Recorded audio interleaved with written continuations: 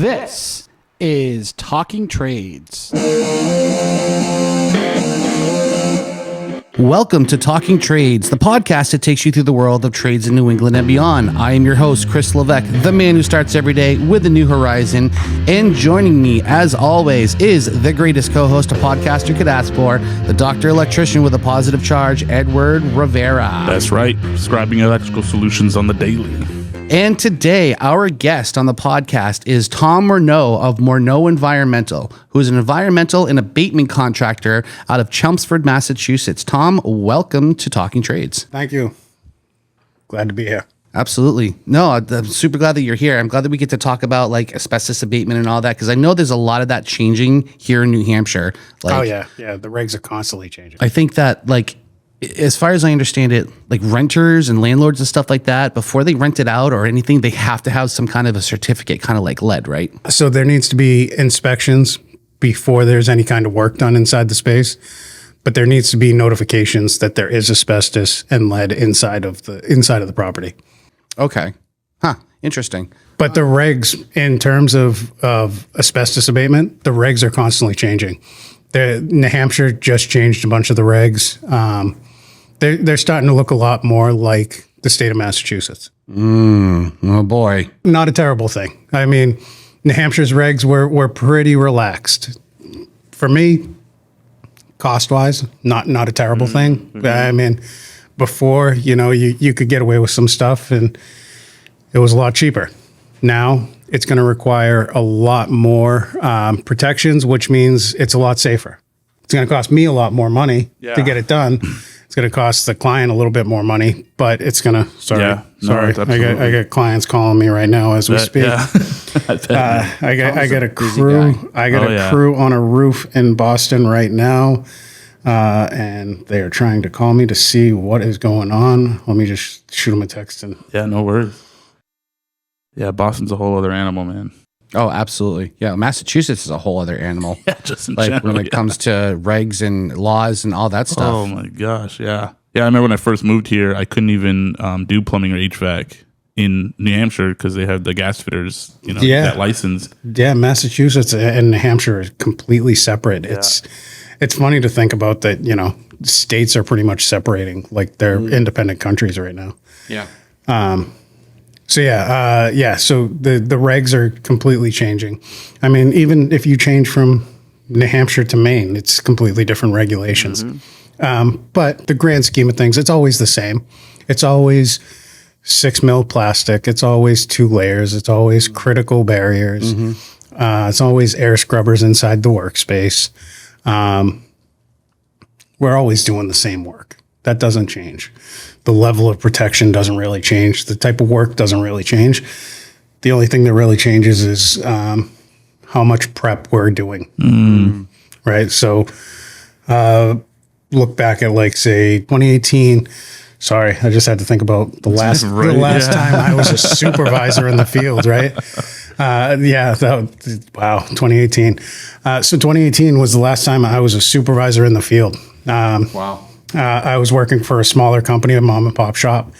When we would do floor tile and mastic, in New Hampshire, you would just put up splash guards. So you would just put up one piece of plastic around the bottom 2 feet of the room, throw down some chemical, and you just take a buffer and you just buff out the mastic and you're good. You're done. Mm-hmm. Now we're building a full containment. We're grinding that mastic off, right? So it's a lot faster. It's a lot clean. Like, granted, during the work, it's a lot dirtier, but the finished product is so much cleaner. Mm-hmm. It is so clean. It's unbelievable. You're left with a bare concrete. There's no staining. There's no odor. I mean, the odor. Brutal. Oh, the odor was so bad. I did a job. I'll never forget this. I did a job in Chelmsford where we did chemical, and I don't do chemical anymore. I refuse to do it after this job. Mm-hmm. And from opening my doors, I refused to do it because of this. Wow. And I was a supervisor on this job. And this was my first job as coming out of being a supervisor, going into project management. And I removed the mastic, via chemical, and somehow it got into one of the vents in this guy's house, into his HVAC. Oh no. His whole house smelled like mastic remover, and it's like nail polish remover on steroids. Oh my gosh, yeah. Whole And does house. it linger too, like after? There's no getting rid of it. Oh man. So this guy's like freaking out. He's telling me I owe him an HVAC system. I'm like, there's no way. I'm thinking I'm losing my job. I'm like, the owner of this company is going to fire me. There's nothing I can do. Luckily, the owner had like some kind of miracle oxygenating kind of system, and Dang. he was. I mean, it took weeks. It took weeks to get this Wow. stuff to work, but. And that's the reason why you're like, nah, we're not doing that anymore. Like all it takes is one tiny little slip up or something. Yeah. You know, I want to say you're talking about like a soda can, 12 ounces of chemical got into this guy's HVAC system. Wow. And it destroyed the budget on a project. And I was just like, there is no way I will ever do this. Right. But yeah, so I mean, talking about getting into New Hampshire where the regs now are, you're building a full containment. Build a full containment for everything. If we want to do pipe insulation in Massachusetts is actually a little bit easier than in New Hampshire. New Hampshire is requiring a full containment to do any work. I love that. It protects the homeowner, the client, everybody. In Massachusetts, you can get away with doing more of a privacy barrier. I mean, yeah. Do you guys have like, because, on my side of things, we have to stick to like the National Electrical Code or anything. Do you guys have similar code books or? Oh, yeah. So we've got state and federal codes. So we've got NIOSH, we've got OSHA, and then so NIOSH covers schools, OSHA covers sorry. I'm trying to talk to both of you. No, I get it. It's okay. So NIOSH covers schoolwork, and then OSHA covers the federal kind of worker protection. And then there's the state work. Gotcha. Okay. So, and then the state regs cover just the day to day, right? I do a lot in Massachusetts. I do a lot in the schools during the summer. I mean, Kris knows. I mean, during the summer, we're pretty much in schools almost exclusively. Yep. During vacations too. Yeah, I mean, it's rough. Especially when your wife is a teacher, it's tough. Yeah. My wife will be like, "Hey, I have Friday off," and I'm like, "Okay, I'm working Friday night." But yeah, so like, there's different regulations per state, and then there's different federal regulations depending on where you're working. And is it kind of the same thing like with us where, we always have to find out like which state is adopting which version of the code? Are you guys similar problem too? Like, yeah. So just recently, New Hampshire so I'm on an email chain that goes out to all contractors. I have heard more times than I can't count of it's a client you don't want, right? I didn't understand what that meant until like I got a client I didn't want. And then I was like, motherfucker, I should have walked away from you in a heartbeat. I should have given a fuck you price. Yeah. yeah, well, sometimes even that ain't worth it. It's like, this ain't worth the headache, man. Hell no. Look, the roof I'm on right now, I gave a fuck you price. And I got guys in the rain on the roof right now. Oh, shit. Yep. And I charge this guy, it's rate work. These guys are making $70 an hour right now for 2 guys. Wow. And granted, the guys are loving life because they're like, yeah, we're getting to stay out here in the rain and we're cutting out like 6 inches of caulking for the next 2 days. And they're like, yeah, this is awesome. I'm like, yeah, that's cool. For you guys. Yeah. I've been on the phone with the guy since 4 a.m. Oh my gosh. He's like, hey, it's not supposed to rain. We'll be good. It started raining at 8 a.m. Oh God. Guys were climbing the ladder at 7:55. Oh my God. They were on the roof when it started raining. Damn, of course. I was Of like, course. This is my life now. Okay. Hey, open a business. It'll be fun. I promise. Right? Jesus Christ. Yep. So speaking of that, so Morneault Environmental, so it's a veteran-owned, family-owned and operated business, right? Yep. And combined, there's what, 30 plus years of experience? I honestly, I think at this point, because we did just hire another supervisor. Woohoo! Yeah. I mean, we're growing. So I'd say we're more like 50 at this point. Elmer is a phenomenal supervisor that we just hired. He's got another 15, 20 years experience. He's super knowledgeable. Caesar, my lead guy, is just, he's a go-getter. I mean, these guys, they want to work. Caesar, hard worker, horrible at videos. Horrible at videos. Hey, look, There's quite a few of them out there that we've shot. And just so full transparency, so everybody knows, Tom is actually one of my New Horizon media clients. So we do his social media content and all that. Yeah, I mean, the guy is just great worker, great guy. I love Caesar to death, but oh my God. Hey, look, I hired him to break things. Yeah. I hired him. If I say, hey, Caesar, break down that wall, he'll have it down in 15 minutes. Nice. I say, Caesar, hey, he's a beast. Record a video of a guy breaking down that wall, and he's going to have a video of that guy's feet for the next 15 minutes. Yep. Because you know what? After 5 minutes, he's going to get fed up with the guy taking 10 minutes. Right. And he's going to put the phone like this, and then he's going to bust it down. Right. Yep. But you got to have a guy. You got to have a guy that's going to be able to say, you're taking too long. I'll do it. Absolutely. You know? What's your process on finding these guys? Because that's another challenge right there, is finding good talent, honest people. Honestly, guys I've worked with. Yeah. So just word of mouth, the relationship side of it. No, it's guys. So I started out in the field. I got out of the Army in 2012. My dad has been in the abatement demolition industry since 1986.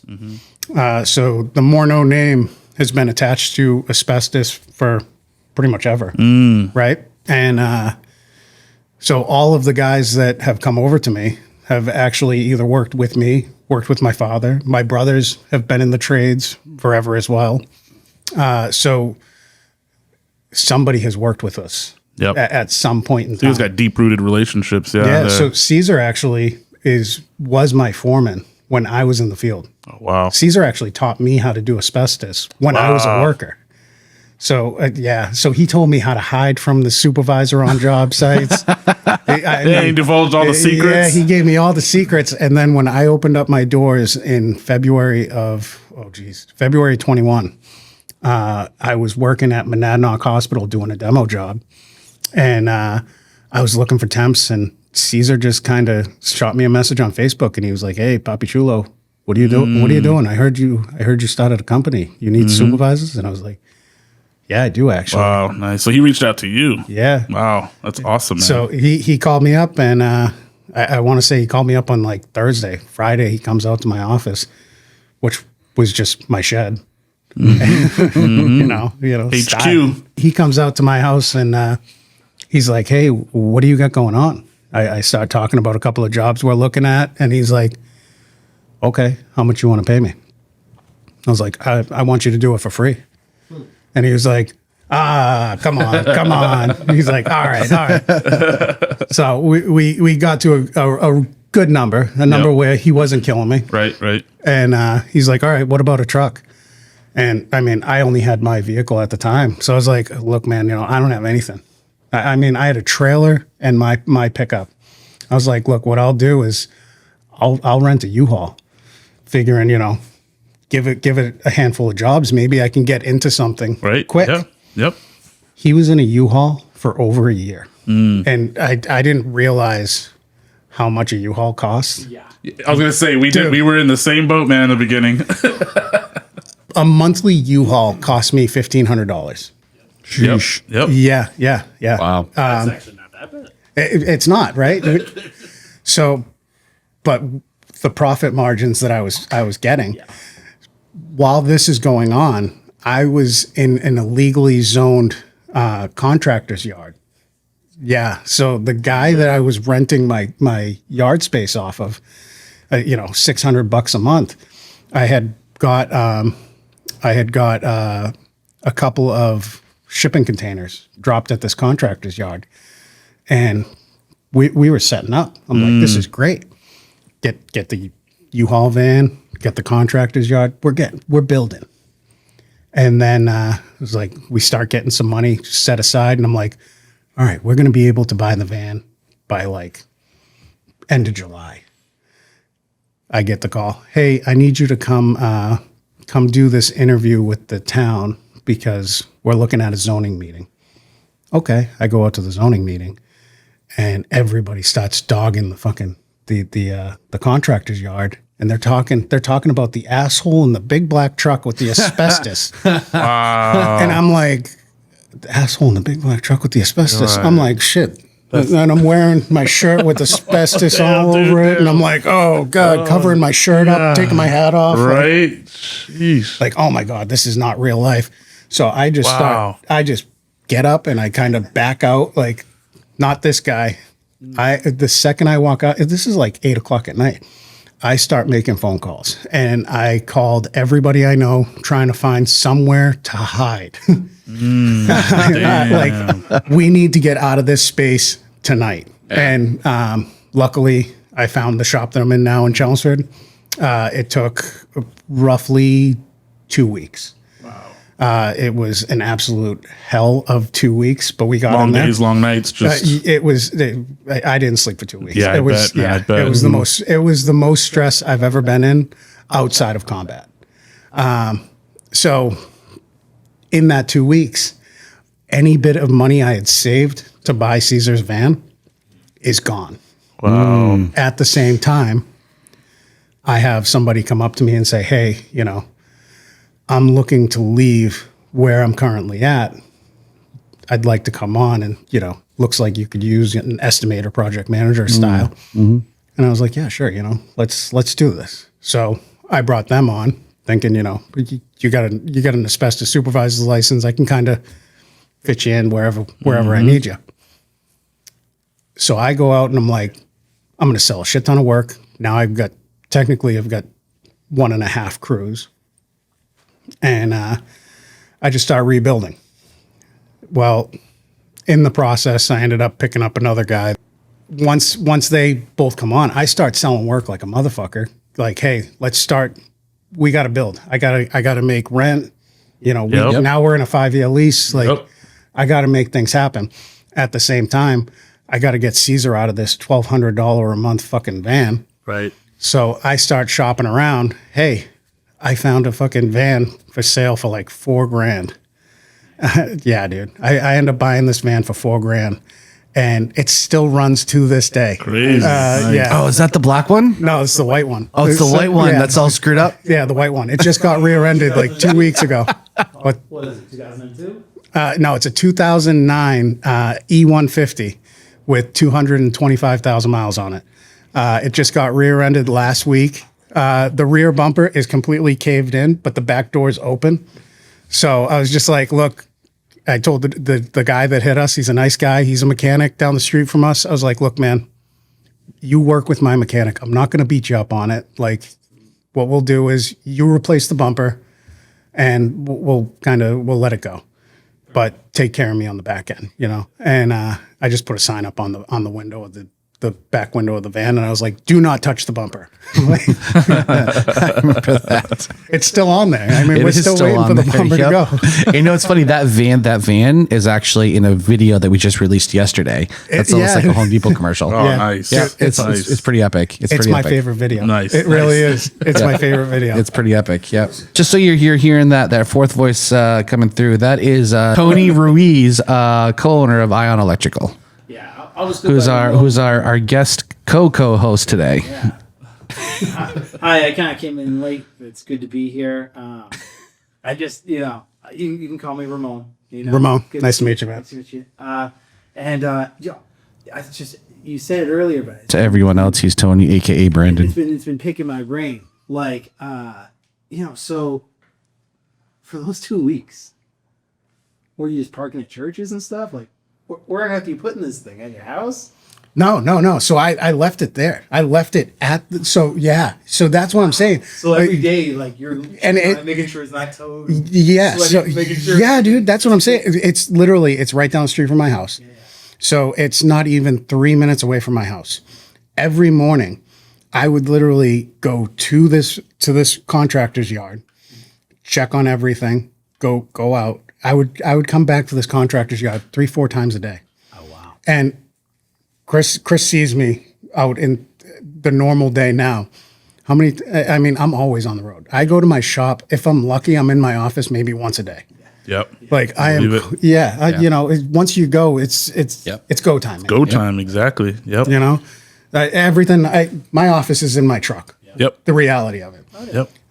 But you know, now that I've got an actual office, it's cool. It's great. You know, on the days that I can actually sit down and get paperwork going, you know, having a desk and being able to sit there for 10 hours and get everything done for the next month is awesome. But the reality is that's where I go on Saturday. That's where I go on Sunday to get all my paperwork done.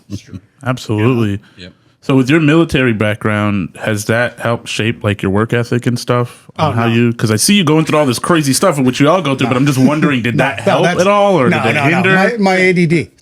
Yeah. That's 100% what it is. Like, this is the perfect example, right? We're having 5 different conversations at once. That's my ADD going. Yeah. Yep. No, I mean, the reality is that my military experience helped in the fact that I'm able to manage stress to the point that it doesn't slow me down. Right. Yeah. So I've got one project going right now in Boston with guys on a roof. I've got another project going in West Boylston, Mass, where guys are in a basement. Technically, I've got another project going out in Wellesley, Mass, where we're emptying out some lady's basement. She's got a flood. So, And you've got that big one that's going to be happening in, it's not Roxbury. no, Newburyport. Newburyport. Oh yeah, that's going to be multi contractors, right? Going in and out of there. Awesome one. I'm so excited for it. I'm so excited. I can't wait. Like we're gonna get out there. We're gonna fly the drone through and do Nice. some crazy drone stuff. Yeah, It's gonna be nice. awesome. It's gonna be epic. Yeah, that's one of my GCs. He brought that up to me, and I was like, dude, this is going to be one I want to bring. I want to bring New Horizon in. I want to fly the drone in. I want to have you fly the drone in and do like a fly in and through on the whole house, like at each individual stage. Yep. And then kind of just at the end of the project, put the whole video together and put it out onto all that the would be social awesome. medias. Hell yeah. Because I'm sick of everything just going to my social media. Right. I want my social media to be linked to yours, Yep. to be linked to his, to be linked to theirs, to be linked to Yep. theirs. Because then it's not just my clients looking at it. I want your clients to look at my shit too. Yep. So, I mean, that's kind of my thought process. So this perfect. morning at BNI, this is a huge testament to social media, and you'll get it. All you guys will get it. But my BNI this morning, there's a realtor that I was working with that I know really well. You and I both know her, who is resistant to social media at first. Well, she finally got a taste of the power of social media and ended up getting $2 million listings. Wow! Because she reached out to these folks. They went and checked out her social media because she finally made one. Right, just her as a realtor, posted pictures of herself, her husband, all that stuff. And they said, the reason why we went with you is because of your social media. We went and we checked you out. We like your vibe. We like how you do things. We like the things that you do. Yeah, social And I was like, media is that huge. is a true testament of the power of social media. Yeah, I mean, it goes to the old saying too, or you guys probably heard it a million times, where they say people do business with people they like. And I mean, that's a quick, easy way to get right in front of a bunch of eyeballs and see if, like they said, the vibe. You know what I mean? Are we vibing together? Yeah, okay. Exactly. They're more likely going to call you than they go look you up. You have no Google reviews. Your social media is a ghost town. Google you know, reviews, man. like it's brutal, man. You know, Google so reviews, I think, live and are die off those, huge. man. 100%. And Google reviews are so hard to really get. Because It can I mean, you could say leave us a Google review 100 times to a client, and perfect example is I just did a job for a client that, I mean, he wrote the nicest text message. Like, I've never had a client say thank you in this way ever before, and I was like, dude, if you could write that in a Google review, that would mean the world. Like I'll even take money off your bill. And he was, oh, definitely. I sent over the invoice, Of course. and I was like, if you leave a Google review, I'll credit your account. And he was like, yeah, definitely. And then he just paid the bill and stopped responding to me. And I was just like, all right, that sucks, but okay, it is what it is. It's funny because with me, I'm at the beginning of the project, so you guys are kind of like right at the middle of it. So if there's asbestos drywall, I got to rip the drywall out, and then electricians can come in and put in anything that they need done. So in theory, I should be able to get a Google review before the project's wrapped up. Yeah. And it's tough. It's tough to get people to just got to put it right in front of them. Say, here, do it. Well, so what I was doing for a little while was saying, hey, let's put a QR code on the job binder. Mm. Hey, QR code's right on the job binder. Supervisor has to have all that paperwork with them on every job site. So, hey, before you leave the job site, make sure you hold that binder out and have them scan the QR code. And again, Caesar is great at what he does. But there's a few things where, I'm not gonna dog him, but there's a few things that guys in the field are gonna forget to do. Yep. And honestly, if that's the one thing that the guy in the field is gonna fail to do, I'm not gonna complain about it. Exactly. Because at the end of the day, he's still finishing the job on time. He's still finishing the job on budget, which is the most important thing for both me and the client. Right. The Google review is my fault. I should have been the one to be out on the job site at the end of the job to get the Google review. But going back to the ADD thing. Yeah, I mean, I think I have it too. I'm right. Yeah, I'm relating to everything you're saying. Like one thing that we're trying to get better at too, that we've been learning is to embed it into the conversation, beginning, middle, and end, where you're kind of prepping them, you're getting ready, and in the middle, that's the opportunity to handle two things where if there is something wrong, now you have an opportunity to fix it and get everything back on course. But everything's going great. It's just a check-in, like, hey, things are good. You're all set. Like, you don't say flat out Google review, but what I'm trying to figure out now is how do I fit that into the conversation where it feels natural, so that way it's top of mind all the way through to the very end. Because we are in the middle, but sometimes we're not even at the end either, though. Sometimes, like, what we do is like, yeah, we're out now. The GC's still there for like another month or so doing other stuff too. Yeah, you know what I mean? So that's our challenge. They're trying to figure out. And the customer's focus is on all that other stuff. Yeah. They're not thinking about you. Yeah. Now they're like, all right, this guy's gone. Now I can worry about what floors are going. Right. Yep. So I think keeping it top of mind and making it wicked easy. Like we have these cards that again we're trying to get better at. Like business cards. Yeah. Like it's a separate one though. Doing that. Yeah. And it has a QR code on one side that takes you right to the Google review, but on the other side we have a list of questions. We try to make it easy for them. Like. If you just answer these three questions, I love that. Then it makes it easy. You don't have to try to think too hard. Just answer the questions, scan it, and you're good. You know what I mean? So we're trying to make it wicked easy. I always try to do it right after the inspection passes because then they're all happy and everybody's in a good mood. I like and that. Then I'm trying to, what Chris said, like get them to like actually scan it right in front of me. You know what I mean? If we can do that, that'd be awesome because got to put it right in front of him. Say, scan this right now, please. Yeah, that's so really definitely nice. I like that. Definitely a lot. Do that. So it's a little bit different for me because the homeowner does it, the client. I shouldn't say homeowner because I do a combination of commercial and residentials. But for residentials, homeowners they're pretty much gone. Yeah, you can't get it once I take over the space. You're not in. You're not in until I get it cleared. Yep. You need air quality clearance before you can come back in. Yeah, I'm sealing this space off. So if this is the room I'm in, this is my house. Yeah. Once I'm done, you can have it back. Yeah. Right.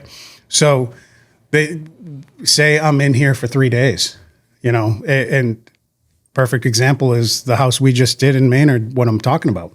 That guy was out of his house for almost an entire week. Wow.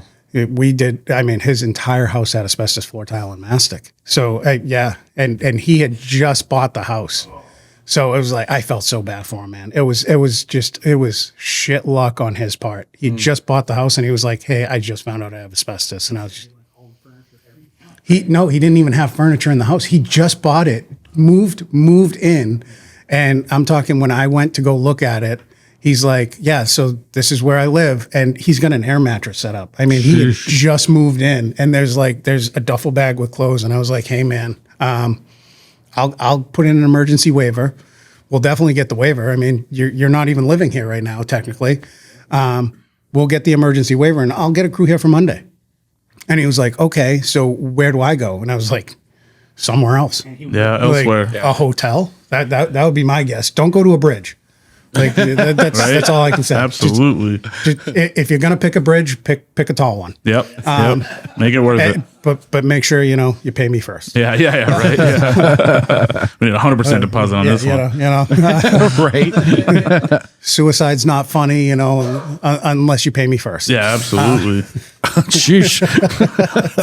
But you know what I'm thinking too, and again, this is all coming from just what we're trying to do on our end too at our business, is I'm trying to figure out a way to now change those 3 questions to more of, how like when you watch a movie or read a story, there's the problem, and then there's the climax and solution. Maybe you have them answer 3 or 4 questions that like just highlight like, what was your problem? Like, how did we come in and fix it? You know what I mean? And then what is your life like now after we're done? Yeah. How did we help you? Yeah. How did we help you? Exactly. Telling a little bit of a story. Because from what I'm learning is Google, they don't want just regular 5-star reviews now. They want to know specifics. They want the words. Yeah. They want to know where, like what town, so that it makes it easier for them to link you to areas. You know what I mean? They want to know the problem, how it was fixed, and then their experience. So like those are like the top 4 things that I want to try to get out of every single customer, big or small. And I feel like that's going to make higher quality reviews. You know what I mean? Yeah, I think you're right. I think people are going to be able to relate more to it. Like, oh shit, I had that exact same problem. You know what I mean? And then they see how it was resolved. It's way better than just saying, hey, we're XYZ company. We're awesome. You know what I mean? That can only go so far. You know what I mean? If you've got 1,500 5-star Google reviews, I think you're going to be good no matter what. Yeah. We only have 1, and it was just because we were too expensive. But then the whole first half of the review was explaining how professional we were, how polite. But they were mad that we were more expensive. And I'm like, okay, I'm going to wear this like a badge of honor. You know what I mean? Because when you reply to a review, you're not just talking to the customer. You're talking to everybody else, yeah, Of course. And recently, Google did a thing where they did a purge. They went in there and people were like 1,500 reviews. Now they only have like 900. Because they're looking for higher quality reviews. Like you'll go in there and scan through and just see no narrative, just the 5 stars. And it's like, they don't know if that was just you getting a bunch of your friends and family to go do it. Not that I like it or anything. I'm just saying that they're getting a lot more strict. I wish I could get my friends and family to give me Google reviews. Right. The problem is everybody's got the same last name. Absolutely. Right. Yeah. They start to catch on. And again, we've seen people they get banned, bro, like for like a year or so off that. It's over stuff. That's wild. It's crazy. Wild. You know what I mean? So, but here's the thing too, right? Is how many small business owners start out by working for family. Right. Absolutely. Because one of my first jobs was actually doing a water damage at my uncle's house. Yep. Well, I mean, hey, couldn't leave me a Google review, right? Doesn't even cost anything. Oh no, it got like to leave the review, it doesn't cost anything except your few minutes just write something up. But I don't understand why sometimes friends and family can't even do that. Well, I mean, at the same time, it's a conflict of interest. That's kind of why. So for me, it was just it is what it is. Yeah, That's too, because I think the questions are very important, but the timing also. Like, timing is huge. Basically, any point from when the job's finished to the end of the job. So what I do is I start talking about Google reviews right out the gate. Yeah. Yep. So at my initial site visit, because I won't bid a project off of paper. I've done it twice in my entire career, and both times have been a fucking nightmare. Oh yeah. I mean, I've never met anybody that's gone, oh yeah, I bid off of paper and it was so good. I made so much money and it was so awesome. Yep. No. So I refuse to do it. I will never do it. I don't care if it's, hey, I've got 1,500 square feet of floor tile and mastic, or I've got one asbestos elbow. Okay, well, I need to come see it. Yep. Because there's so many factors that people don't think about. What's the access like? Do I have to climb up a spiral staircase? Because it's cool if I'm climbing up a spiral staircase by myself, but now let's add in all my equipment. Yep. And my guys, when we go into a space, it's not just going into a space with a vacuum. We're going into a space with a HEPA vacuum that's the size of. I'm not PC, so take this with a grain of salt, but you're pretty much carrying a midget on your back. Absolutely. Right? 100%, man. Yep. And then our air scrubber, which again, that's 24 by 24, right? So, that needs to be able to fit through the doorways. And let's talk about the North End in Boston. I have a couple of churches in the North End in Boston that you can't fit through there. And then I just bought, last year, Caesar's box truck. speaking of growing, right? Buying a box truck, that thing is awesome, by the way. You have to have the ability to be like, hey, I need to see what the access is. I need to be able to look at everything. But the second I get into look at everything, then it's, hey, while I'm here, big thing is I'm going to give you the best price I can give you.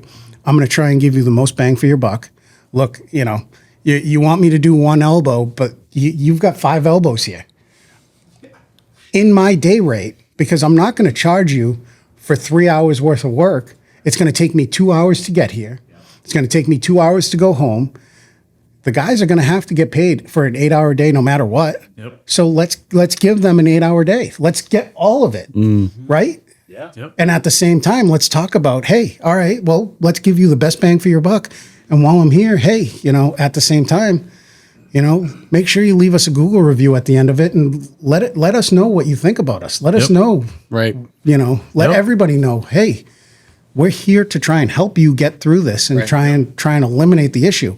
I want to leave a project and have a client never have to call me again. Exactly. Exactly. But if you do, it is what it is. Right. We'll make 100%. it by. That's one of the things I'm learning too. Any feedback, whether it's positive or negative, it's still good feedback. 100%. Yeah. That's how you learn, you grow. Granted, I'd love to have 5 stars on everything. Right. But the reality is You're not going to. You're not going to make everybody happy. And especially the way I talk. Beth, who's our office manager, has done phenomenally when it comes to these kind of things with reviews, is like our final bill will have a link to Oh, see, I've been thinking about doing that. Oh yeah, the how did we do? Exactly. And so she'll do like a follow-up, how did we do phone call. This will happen maybe even after the final billing has gone through. And so in the beginning, you don't even necessarily have to be like, we're expecting a review after this. You could just be like, we do really good on reviews. Reviews are our lifeblood. And then by the end, at the end, you do that soft touch like, hey, wanted to touch base with you again. It's been a few, days, weeks since we've months, been there. years, months maybe. but since we've been there, we want to know how everything's been and see how everything's going. Yeah, that's genius. You really did like our work. Could you do a review? Here's a link. If you go here and you do a review for that, that's going to really help us out. And they're going to know that already because you said it in the beginning. That's going to help. I love that. That way, because people, they don't want to feel pressure too. Yeah. They don't want to feel Well, pressure. that's my big thing. That's my big thing is no pressure. I don't like trying to be a big pressure salesman. Yeah, it's a bad look too. Everyone feels it. And at the end of the day, I'm selling asbestos. So like, and I'm a big guy. Yeah. So like, this big fat fuck is coming in here trying to like scare me into like, asbestos. And I'm all tatted up, so they're probably like, Jesus Christ. When I'm scared of asbestos. Yeah. So like, and it's so crazy to think about when people like they hear asbestos and they're like, I've got cancer. Yeah, their mind goes right to that. And I'm like, so what happens is people call me and they're like, I think I have asbestos. And I'm like, the first thing I say is, don't Google it. Right. And oh God, yes. Yeah. Jeez. I literally have to, the worst is when people who have already Googled it and then they call me because then they're already freaking out. So, because this is exactly how the call goes. They call me, I say, don't Google it. You're going to give yourself what I call the WebMD effect. And then they go, what's that? And I go, it's when you Google whatever your symptoms are, and then you go, oh my God, I have cancer. I'm going to die. Yep. Every time. It's like, it's guaranteed. And then the people that have already Googled it, they call me and they're like, I have asbestosis. I have mesothelioma. And I'm like, no, you fucking don't. Like, it's in everything. It's still in building materials today. You can go to Home Depot and you can buy it in roofing tar. Wow. Like, it's still in materials. So like, you have to do testing on all materials, like in any kind of projects you're doing, where you're doing any kind of disturbance, you're supposed to be inspecting everything. In Massachusetts, it's required. In New Hampshire, I think it's required in anything pre-1980, I believe. Don't hold me to that. I think it's 1970, like 6 or something like that. Yeah. So I don't know the exact date. So I just say 1980 and I know I'm covered. Absolutely. Hey, look, I was a combat engineer in the Army, right? So that's explosives. I used to do route clearance, look for IEDs. I was terrible at my job, get blown up. I found one IED. It was a good one. It was called the Memla Special. I'll go into that in a little bit, but I found one IED. The rest of them found me. Wow. Yeah. The Memla Special is an anti-personnel mine set forward, and then behind it is a bunch of different explosives. So the way that it would work is that your mine rollers would hit that anti-personnel or anti-tank mine, and it was daisy chained to the explosives that were underneath your vehicle, so that when this hit, it would blow your mine rollers, and then this would blow you. Wow. Right? Wow. So, yeah, this is my claim to fame. I'm the only person in Afghanistan history to ever find it. Wow. Yeah, that's my only claim to fame. It's a hell of a thing to even know how to look for. You have to first off know it exists. Yeah, well, to be fair, they told us it existed right before we rolled out, and I was driving what's called the Husky. It's a one-person vehicle with ground penetrating radar panels out in front of me. But like it was like, honestly, it was probably the easiest IED I've ever found, because it, like, as I'm pulling up to it, I was like, all right, that in the ground looks like a lollipop. And I was like, that looks like it might be IED. And I just kind of pulled up to it and I was like, hey, I think this might be one. So then we blew it up and we were like, oh shit, that was one. And it turned out to be 6 Chinese mortars and like 150 pounds of homemade explosives. Wow. Same mission. After that, immediately after that, we got blown up 4 more times. Wow. So yeah, I mean, it's not that great of a claim of fame, but Hey, yeah. I mean, RC East, man. Fucking, yeah, it was a good time. well, you were out front and you still survived. So I mean, Yeah, I was out front, but we all made it out on that one. It was a good. God for that.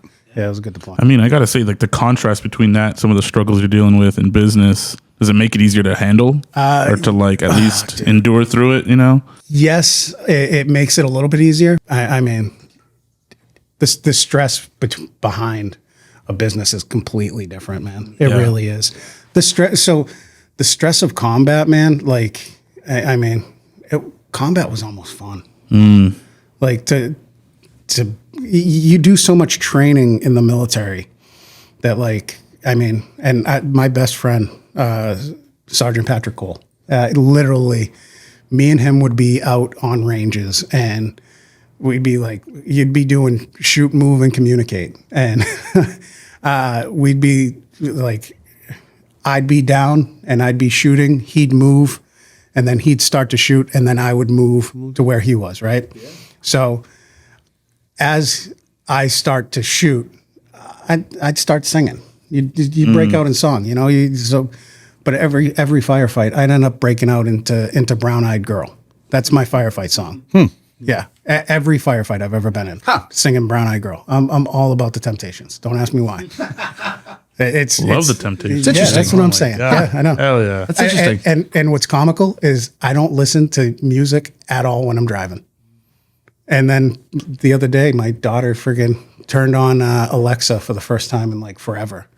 And she put on, she's like, Alexa, play Frozen. And Frozen starts playing. And then the very next song is Brown Eyed Girl on the Temptations. And I was just like, holy shit.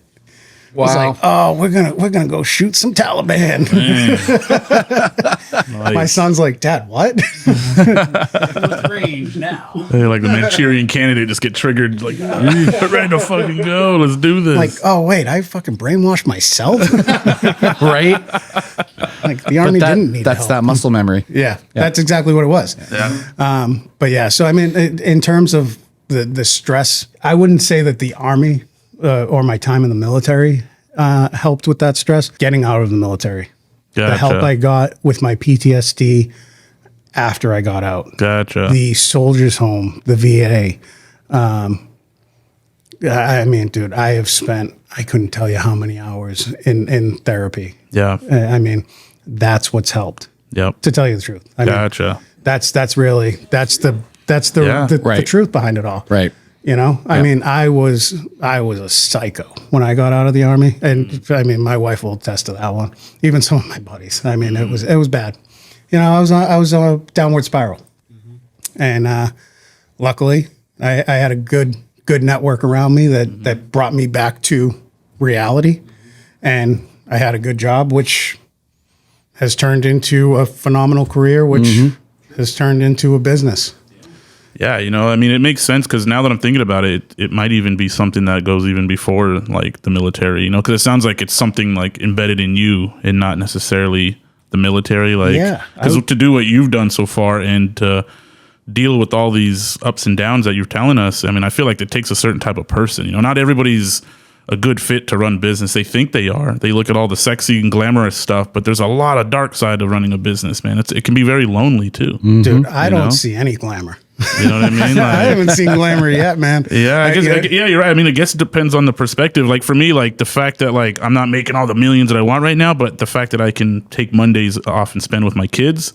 Sometimes I tell myself I feel like the richest man in the world to be able to do that because not other people can.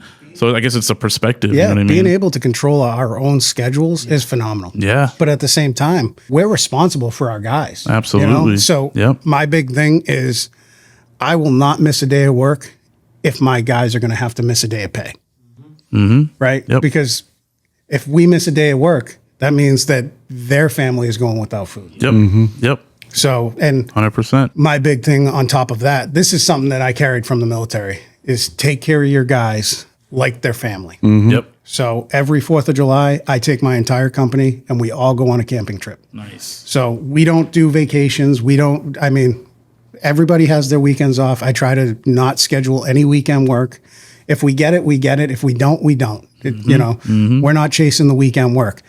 But if you need time off, take it. Yep. Right? But all my guys, nobody calls in sick.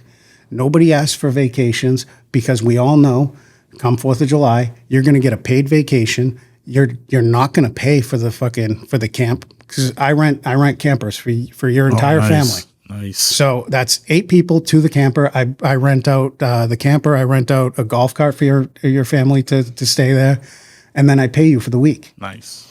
So I try to set it up so that hey, we're a family here. Yeah. We're going to take care of each other, and at the same time, if we don't have a 40-hour work week and it's my fuck up, I'm going to work to make sure you get 40 hours. Yeah. Yeah. No, you own up to it. And yeah, absolutely. You have to have that. But that's not glamour. That's just, Right. that's you. It's responsibilities. Yeah, 100%. Yeah, absolutely. Well, because I would say the people that don't do that are the ones that don't like it. Right? That's what I'm saying too. Yeah. But how many business owners are saying, "Hey, I'm taking my guys and we're going on a trip." Yeah. How many business owners are just taking their guys on a fishing trip? Yeah, it's unheard of. You know what I mean? And I think that's going to be more important as we go forward with, they're calling that what we live in right now a gig economy because more and more people are looking for just that short term, Uber driving, short term gigs. And there's not this long arc of a career for some, but the only way to keep people around is to care more about your employees. You know what I mean? Right. Dump more of your focus and energy into them. That's Or else just they're it gone, right there. man. They're going to go somewhere else. Yeah, that's just it right there. They want to feel heard. COVID era stuff, people were waking up and realizing like this company doesn't care about me. All they care about is it's the end result. And this industry worked through COVID. I didn't miss a single day of work during COVID. Not a single day. And what the kick in the balls is every abatement contractor in America, I shouldn't say in America, every abatement contractor that I have worked for ever took that COVID money. They all took that COVID money, but not one of them missed a day of work. Because you know what they did? They took that abatement job and they turned it into a COVID cleaning. Like, but you still got that COVID response money. You come on, what are we doing here? See, that's what I'm saying, right? Look, man, I'm not one to say, gimme. I don't stick my hand out for much, but that's what I was just like, come on, dude, what the fuck are we doing? Yeah, I mean, we didn't get any of the funding. We just pivoted. We got a creative. Yeah, that's what most we figured people out did. how to do it. Yeah, how to go through that too. Yeah, hey, put on a mask and fucking get back out there. Yeah, it'd be like, all right, so if you're afraid, we'll schedule something where we go in your basement, you leave the house, we figured it out. You know what I mean? Or sometimes they'd be like, I don't want you at my house. All right, you have a smartphone? we'd hop on a video and they would take snapshots. That was the closest we could get to getting to things. That's You know crazy. what I mean? And so we would do virtual site visits sometimes. You know what I mean? But we just figured it out. We figured it out. So now hold on. Did you have them fixing their own wiring? Like, No. were you like, all right, now grab the needle nose pliers, go up to your panel, and just jam them into the Some I wanted to. I wanted to be like, yeah, lick your fingers and tell me what it feels like, you know? Okay, now sign your name on the goes right in the middle. Make sure you don't forget the stamp. Goes right. Because we tried just the pictures, but it's like they don't know what they don't know. So it'd be like, all right, hop on there, and be like, move it over here, show me the water meter, go, okay, and then hold still. You know, now they have software where they can just face it or whatever, and you can edit and circle things. And so I was doing that for them, and like I said, I was like, there's no way we're going under because of this. We can come up with a workaround to still get the job done. We do it anyways in the field. Why not do it for our business? You know? Yeah, it's smart. That's fucking funny. You know, yeah. We had to. It got weird for a little bit. You know what I mean? Sometimes they'll send over pictures that were included in their photo album. It's like, oh, I'm just gonna delete that. I wasn't supposed to see those. You know, like.